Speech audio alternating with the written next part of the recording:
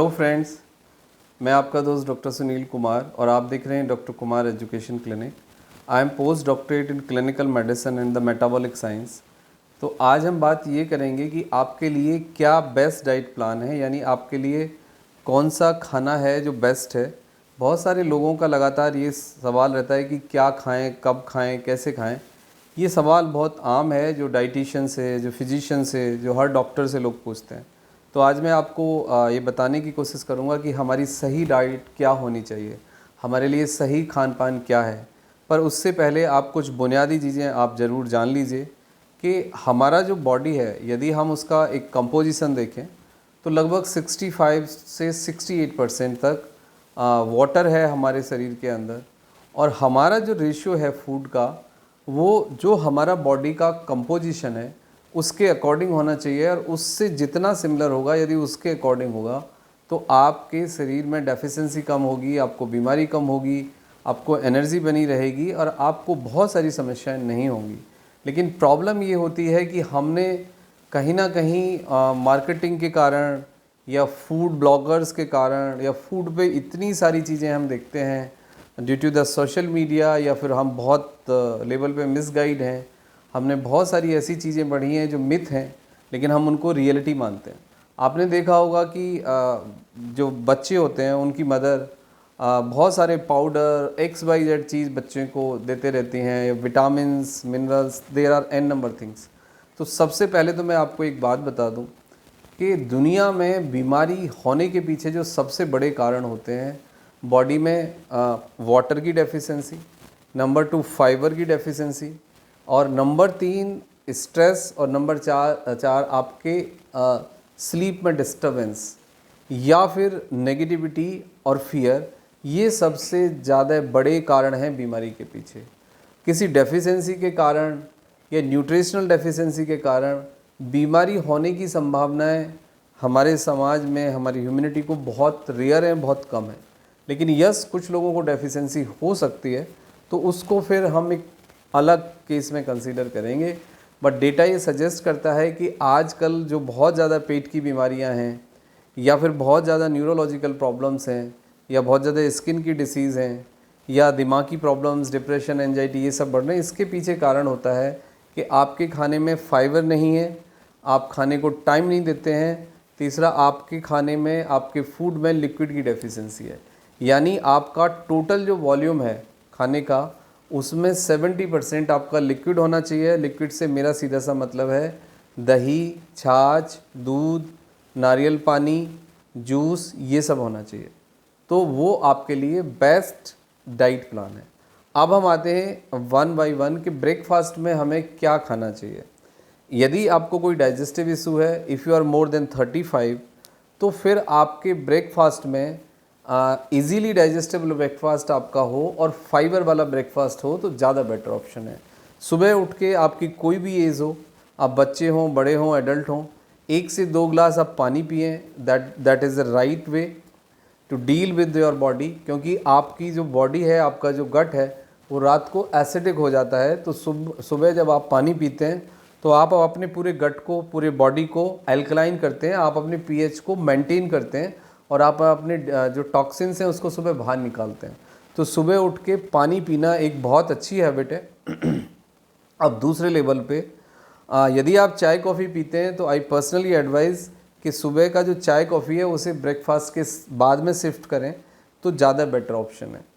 या फिर आप सुबह कुछ हल्का खा के चाय कॉफ़ी ले सकते हैं। आपका अब ब्रेकफास्ट क्या हो। यदि आप यंग हैं तो आपके ब्रेकफास्ट में आपको खिचड़ी हो सकती है, दलिया हो सकता है, पोहा हो सकता है।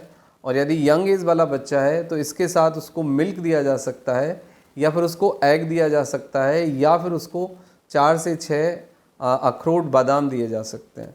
लेकिन if you are more than 35 तो आपके लिए पोहा, खिचड़ी, दलिया, बेसन का चीला, ओट्स मील, ये एक बेटर बेस्ट ब्रेकफास्ट है जिसमें कि अच्छे फाइबर आपको मिलेंगे, इजीली डाइजेस्टेबल होगा। इससे आपका डाइजेशन प्रमोट होगा, आपकी गट को कूलिंग फीलिंग प्रोवाइड करेगा ये। और आपको जो जनरली आफ्टर 35 या 40 ईयर ऑफ द एज जो इंडाइजेशन, कॉन्स्टिपेशन, गैस की प्रॉब्लम्स रहती हैं वो भी नहीं होंगी। अब हम आते हैं दोपहर वाले खाने पे। आपका जो लंच है वो क्या होना चाहिए। यदि आप दाल खाना चाहते हैं लंच में, तो आपकी जो दाल है वो 8 से 10 घंटे पानी में रहनी चाहिए। यानी कि दाल नेचर में एसिडिक होती है और दालों को डाइजेस्ट करना बॉडी के लिए एक बहुत जिद्दोजहद का काम होता है। दाल कभी भी इजीली डाइजेस्टेबल नहीं होती हैं, वो बॉडी में अफारा लाती हैं, यानी हाइपर एसिडिटी स्टेट को डेवलप करती हैं। इंडाइजेशन भी कुछ लोगों को करती हैं और हर दाल हर इंसान को सूट नहीं करती। तो उसको डील करने के लिए सबसे अच्छा तरीका है कि आप बीन्स लें, राजमा लें या कुछ और खाएं, या फिर आप दाल खाएं। तो दाल को आप रात को पानी में डाल दीजिए, यानी मिनिमम 8 आवर्स आपकी जो दाल है वो पानी के अंदर रहनी चाहिए। आप दोपहर में एक पोर्शन राइस का खा सकते हैं, एक पोर्शन चपाती, और फिर आप दाल खाएं।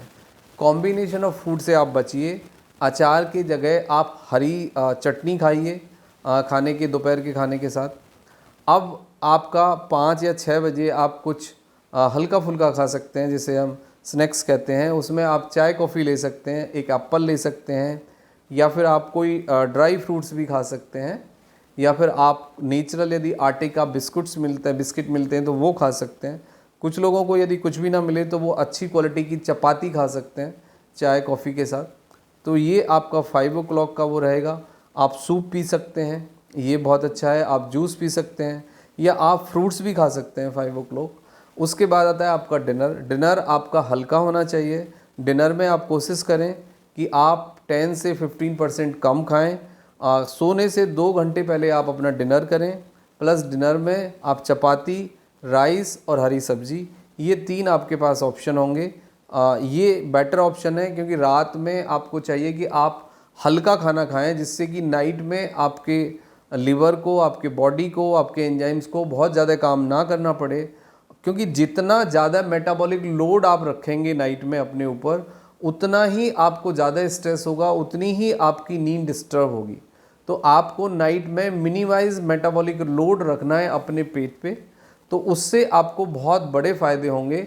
आप इजीली कंफर्टेबल फील करेंगे। बहुत सारे बच्चे नाइट में मिल्क लेते हैं, तो वो मिल्क भी ले सकते हैं, लेकिन आपके मिल्क में और आपके खाने में लगभग 2 घंटे का गैप होना चाहिए। यानी सोने से 2 घंटे पहले आप खाना खा लें। और 10 से 15% आप कम इसलिए खाइए कि नाइट में खाना खाने के बाद वॉक इज़ नॉट पॉसिबल। तो उससे फिर आपको ब्लोटिंग होती है, आपको इंडाइजेशन होता है, और आपको मेटाबॉलिक लोड बढ़ जाता है। यानी आपके लिवर को और आपके जो पूरा जीआई सिस्टम है उसको ज़्यादा काम करना पड़ता है। उससे आपकी क्वालिटी ऑफ जो स्लीप है वो डिस्टर्ब होती है।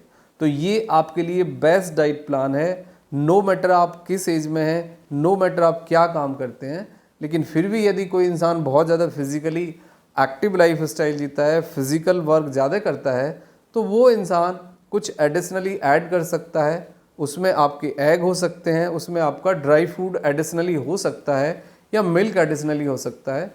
तो बट ये डिपेंड करेगा पर्सन टू पर्सन। अदरवाइज़ जो नॉर्मल एवरेज इंसान है उसके लिए एक बेस्ट डाइट प्लान है। इसमें न्यूट्रिशन है, इसमें मिनरल्स हैं, इसमें एंजाइम्स हैं। इससे आपका सिक्रीशन नॉर्मल होगा, इससे आपको विटामिन्स मिलेंगे, इससे आपको फाइबर मिलेगा, इससे आपको लिक्विड मिलेगा। बट अलोंग विद दैट आपको 8 से 10 गिलास पानी पीना है। यदि गर्मियाँ हैं, सर्दी हैं तो आप 6 से 8 गिलास पानी पिएं। ये आपके लिए एक बेस्ट डाइट प्लान होगा, जो आपकी बॉडी को न्यूट्रिशन देगा, जो आपके बॉडी को नॉर्मलाइज रेगुलेट करेगा, आपके सिस्टम को रेगुलेट रखेगा। Thank you very much and take care yourself.